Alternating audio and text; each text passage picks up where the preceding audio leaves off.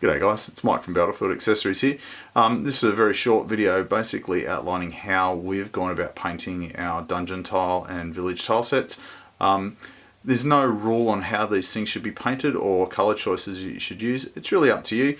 I'm going to show you a couple of techniques that we've used to paint ours, but feel free to experiment and do it the way you want to do it. Of course, if you get a really good result, then don't forget to send us an email with a few pictures through, because we love seeing what you guys have done with our work. For the dungeon kits and the cavern kits, the trick is to assemble the walls first. So for example, with this one, I'm going to stick it together,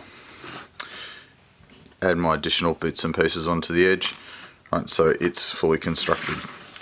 Today, in terms of this video, I'm going to show you a piece similar to this.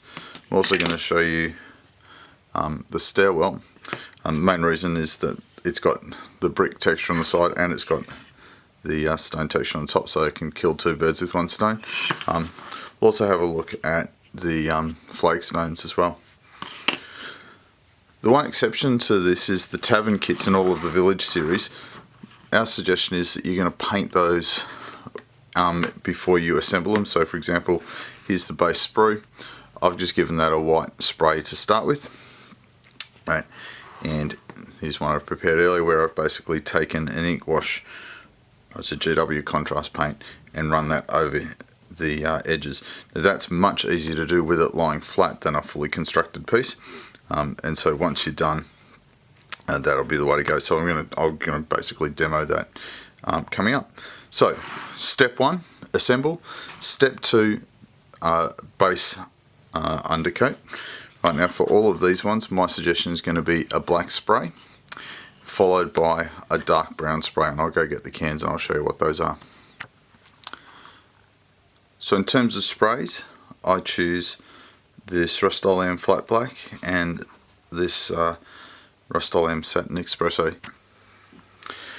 Okay, so this is for the dungeon tiles and caverns. It's a tricky one in terms of saying, oh, these are the exact paints to use, because really you want to do it to your own sort of flavour. These are a selection of the sorts of paints I'm going to use in the demo, but you can make them lighter or darker depending on the sorts of colours that you choose. So I've got a black in there which may or may not use.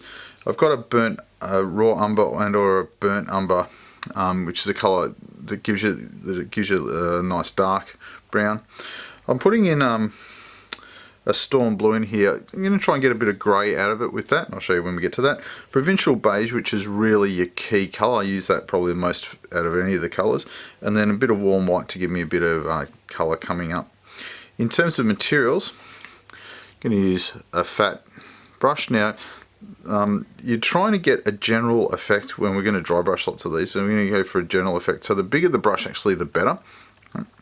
And we're also going to use some standard sponge, which is this sort of thing that you get for washing your car. And what I'm going to do is I'm going to rip off pieces, sort of maybe that sort of size, and use that to dapple the surface. Okay, so here we go. Okay, so I've started with some provincial beige. Now I'm going straight away for my cavern piece. Now it's difficult to see there. I'll get the light right on that. I've used a semi-gloss paint, and so you can see it's kind of a little bit shiny at the moment, which you definitely don't want, but the dry brushing we're going to put over it now is going to actually cover that. So there it is. So in terms of dry brushing, I've got a bit of paint out. What I want to do is I want to get my brush plenty of paint into the bristles and then get most of it off, and then I'm just going to come along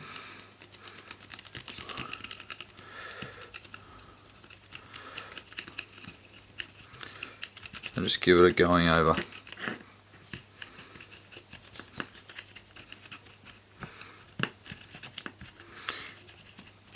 And letting the bristles of the brush get down into the deeper area so I get that kind of contrast look coming out.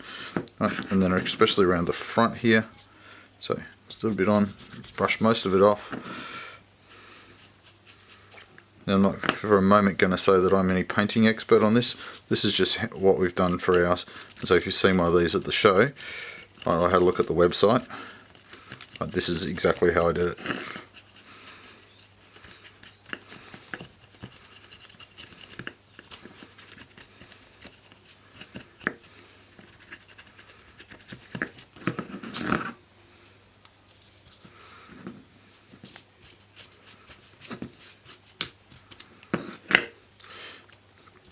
then it doesn't hurt. Bit of a go across the top too. Remember, that's the bit that people are going to be mainly looking at.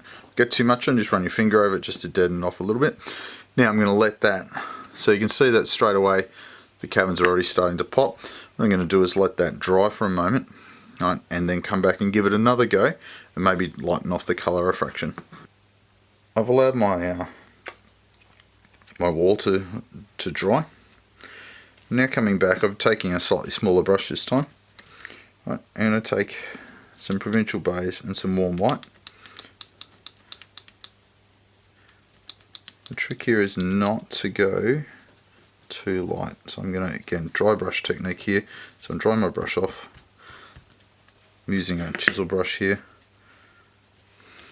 You can see how I'm getting a painting effect, which means the brush is still too wet.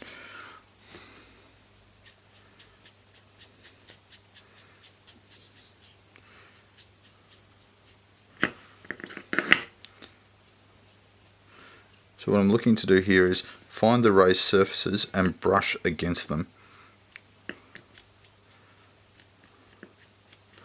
Which will then give me, again, a little bit of a thread air relief. In the middle here, you can just give it a bit of a go.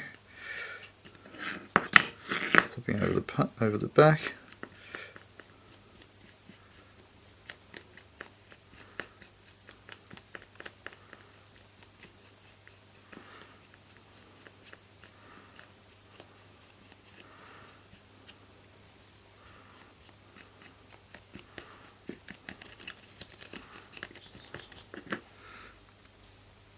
You can go lighter again. Every time you go lighter, be more sparing.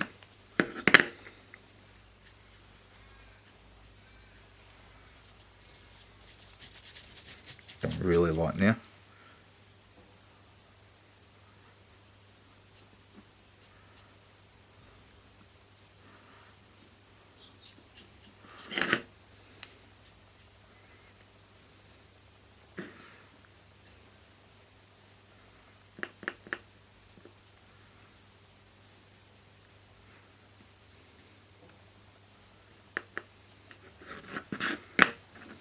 And hopefully you can get a sense of the difference between this and this.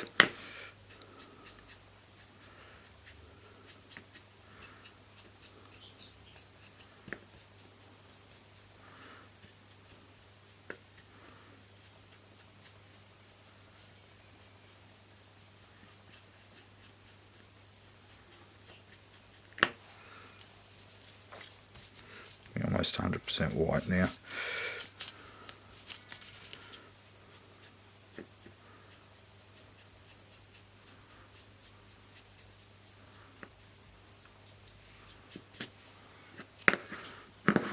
Then on the top, again, nice and gently. Don't go too extreme.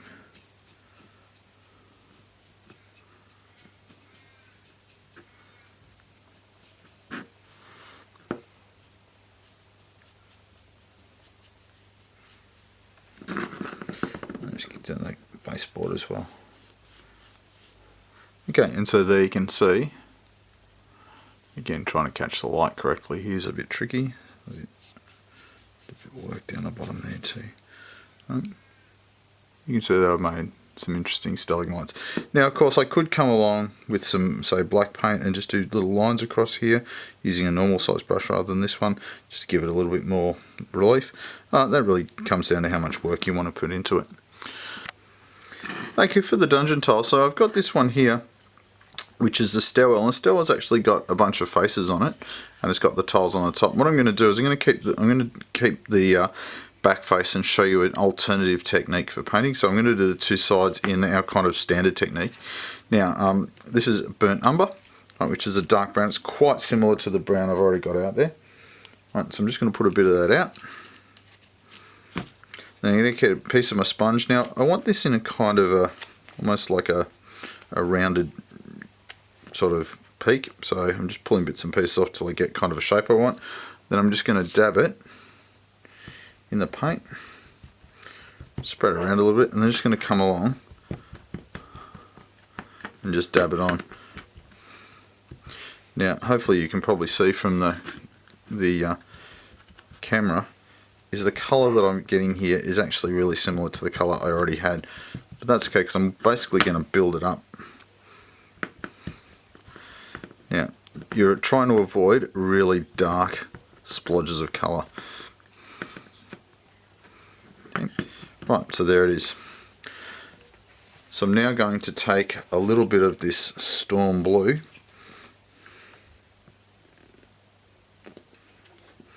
put a little bit of that out, and you'll see I'm not changing my sponge here, I'm just working straight off because I'm really trying to blend in a kind of really rough kind of stone effect.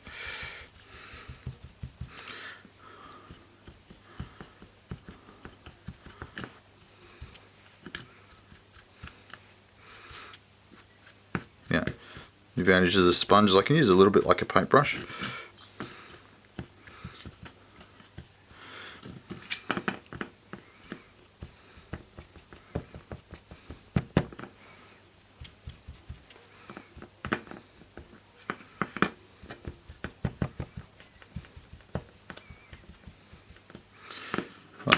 And hopefully you can see there's a little bit of a difference there. Now, I should be doing this at the same time. So there's my flagstones, so I'm going to go exactly the same thing. Just come along.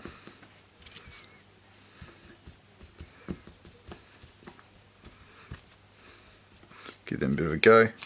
Pick up a bit of the blue. I need a little bit more of that blue. I've chosen this Storm Blue because I'm after a bit of a kind of blue stony effect.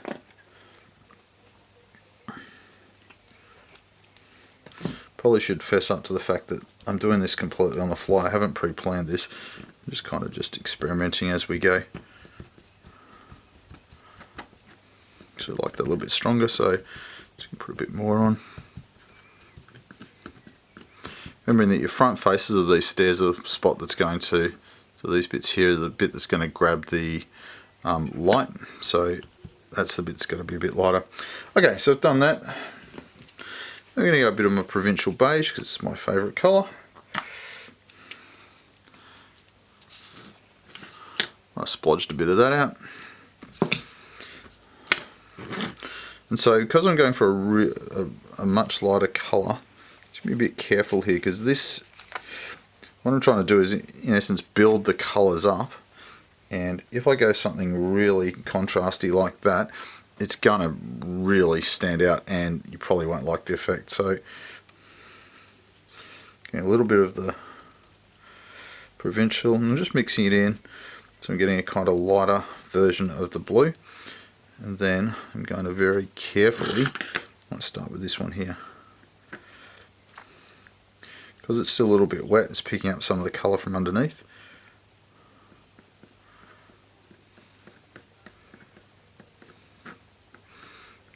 Again, I can dab and I can smear. If I smear, then I'm going to get a much more smoother pattern. Right, so you can see that there. And again, I'm going to do the same on the steps.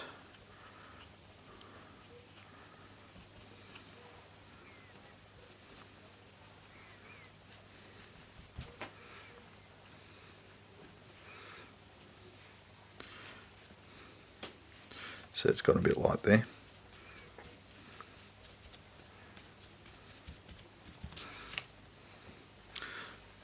Too much paint, just grab my finger, wipe it over it.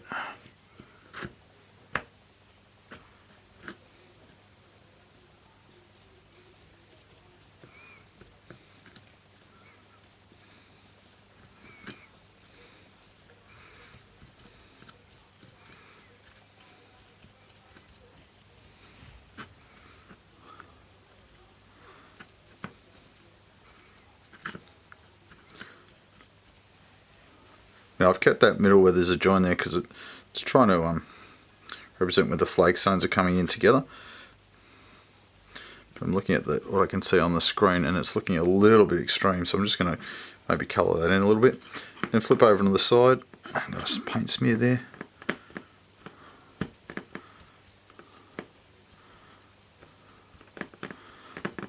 So I'm just going to dab those in.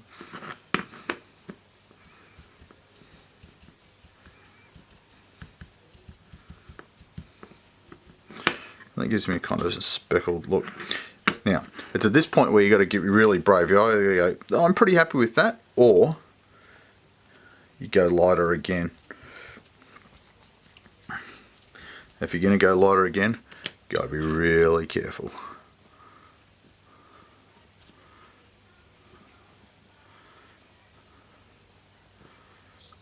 And again, I'm working completely wet on here, which means I'm getting blending coming up from underneath. Right? But you might decide to let it dry and to go again.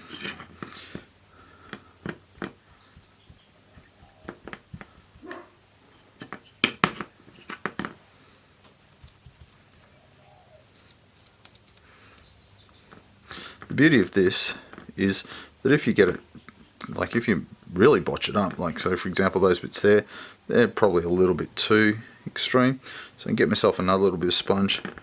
I can actually deaden those off a little bit.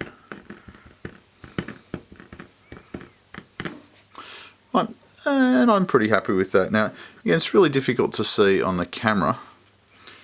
It looks okay in the flesh. There's some of these highlight areas that are flaring quite bright in the camera are not so bright in the flesh, so that's those like that. Again, I can let that dry, then come back and have another go at it later. But in essence, the technique I'm trying to show you is use these bits of sponge and you basically have a little wet palette out there and just go over it and get the sort of effect that you're after. Now I could, and we'll just do this just for the sake of experimenting. I'm going to grab some warm white here, right, which is going to give me really bright. I'm going to grab the bit of sponge I've been using for the others. Right, so hopefully you can see there, and I've got really, really bright.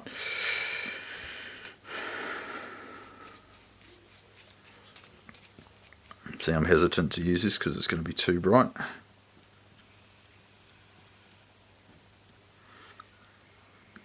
Right, so that's come out, and again, use my other bit of sponge here to smooth out some of the hard edges on that.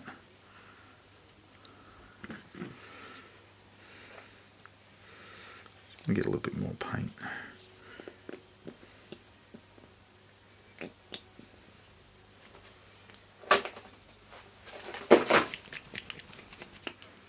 You see I picked up a whole pile of flow medium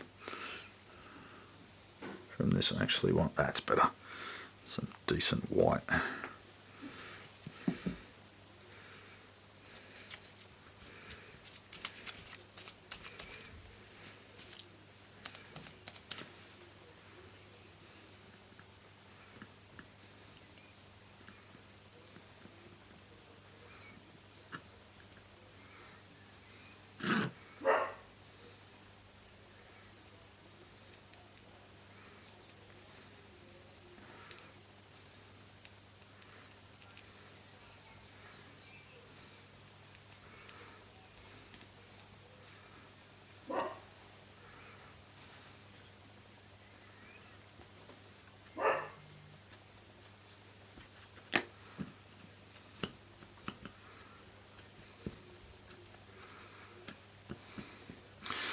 Right, so you can see there I've gone for a really extreme. Now that'll give you super high contrast. Again, standing here looking at your own piece, you'll decide whether that's the sort of mix you want. Of course, if this got too bright for me, I could go back, so for example, to my original burnt umber.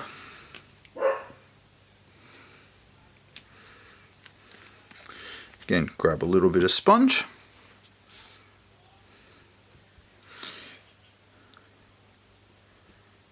Actually put that through the middle of that, maybe deaden a bit of that off if I wanted to.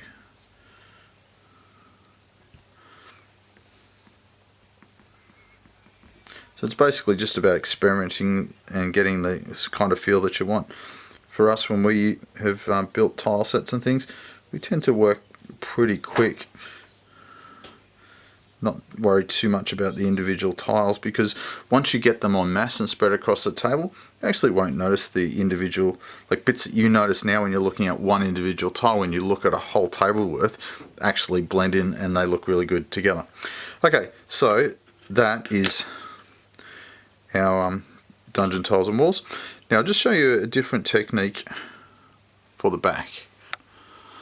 So as an alternative to doing this sponge kind of dabbing technique, you could paint in each individual brick. Now there's a kind of a rough trick for this. Now for this I'm using a chisel brush, right, and I'm going to use my two favourite colours from before, so my Provincial Beige and Burnt Umber, and get myself a kind of in between colour. In essence what I'm going to do, and I'll try to get the camera focused on this correctly, is just come along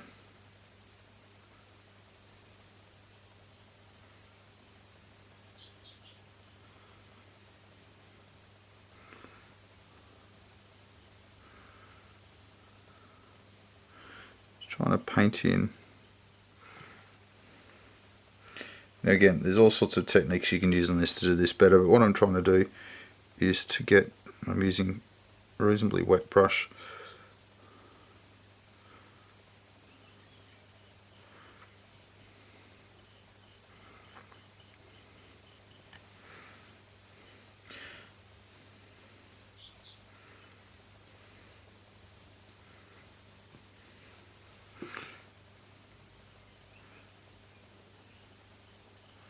trying to do is get around the bricks, so as I'm leaving the cut lines where the bricks are as darker areas.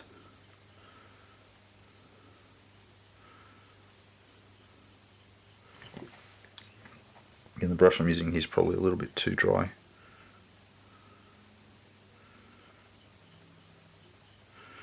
Now, whilst this looks reasonably bright when you're painting it, the actual effect, as you can see at the top here, it's starting to darken off.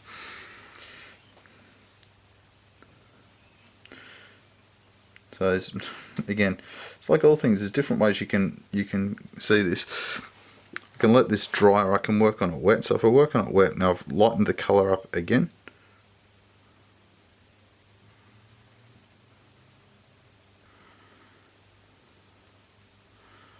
What I'm trying to do is just pick up the top end of the brush, top end of the brick, sorry.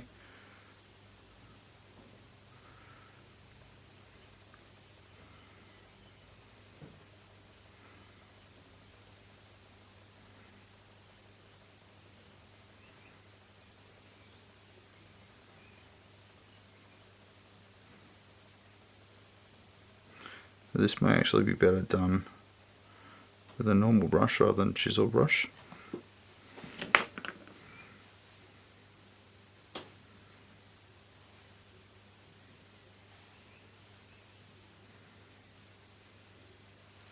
So here I go with a normal brush.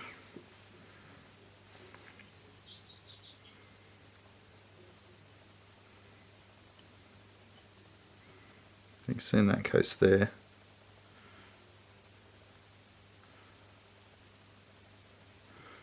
paint's a little bit extreme.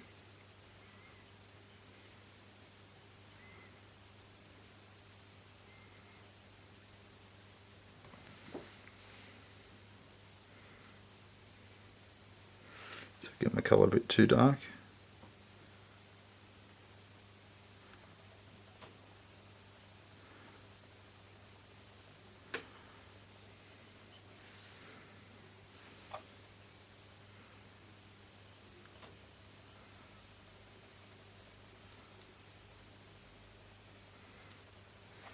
So what I'm trying to do here is to get a little bit of texture, or the notion of 3 dimensions, into the colour. So the high points are going to be lighter, the darker points, so where the stones are joining together, it's going to be darker.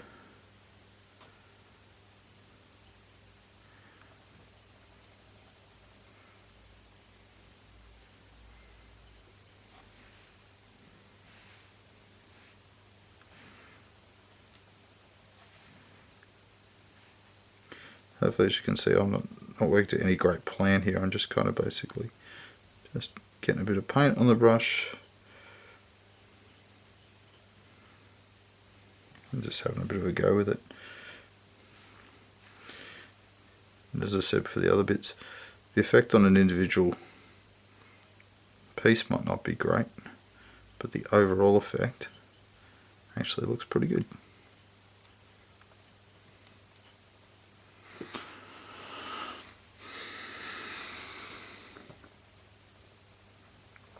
Okay, so you have this sort of effect, which is really quick, this sort of effect, which takes much longer.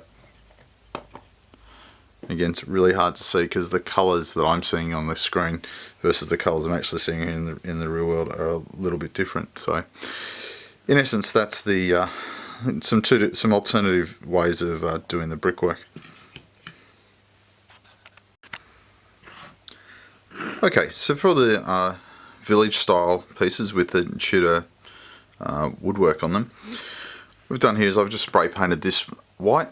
The underside I've left, because when I build this piece I'm going to actually take the two and stick them together. So I've taken this. Now basically it's a case of picking a colour that you like, right? So we're going to go for a deep wood colour here. If you look at this one here, we've gone for a lighter wood. What I'm using is GW contrast paint, right, but any paint will do. There's a couple of different ways you might do this. Basically taking a little bit and I'm just running it down the length of the timber.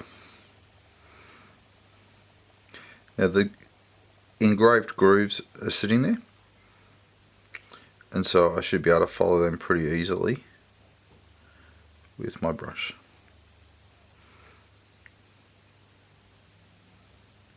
Making sure I get plenty of paint in there so it sits down in the grooves.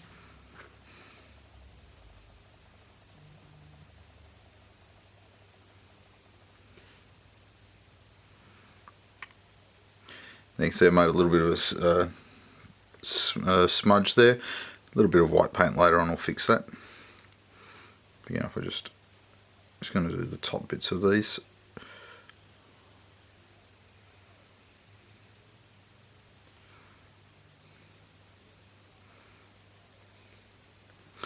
Now one thing to watch with these is that you've undercoated them out of the sprue, so you've got the white across the top. Now it really helps if you mark in those top sections,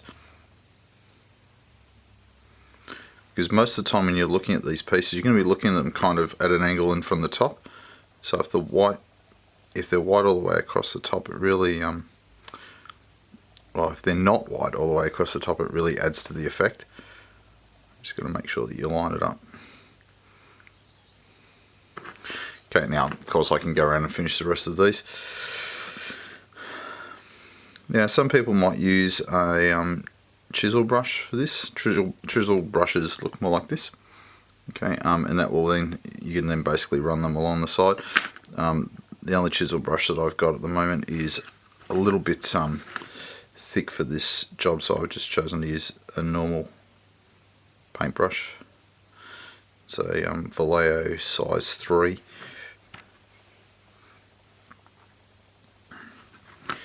Yeah, so carefully go around each of the windows.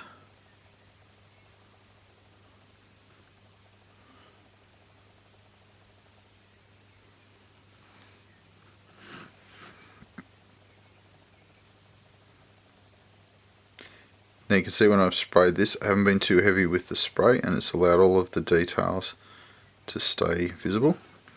So all the engraving on the wood lines. With the colour, this depth of brown that I'm using, I'm basically losing a lot of the detail in the woodwork, right, which is why I went for this one. You can still see the etching lines. Now you could of course go over this with a lighter brown and just put a few highlight lines in if you wanted to. I'm probably not going to do that because we tend to like it pretty quick and easy.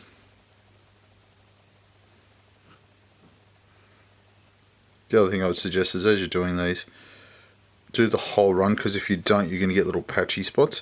Now inside the window frames, we're going to insert card window frames into those, but it's important to make sure the insides of those are coloured the same as your external wood. If you think about it, these wooden sections here are designed to be blocking up the window, So I'll just do this other one here. And again, because I'm using a really thin, the GW Contrast, it's a thin wash-like paint. I can use plenty of paint on it, and it covers really nicely.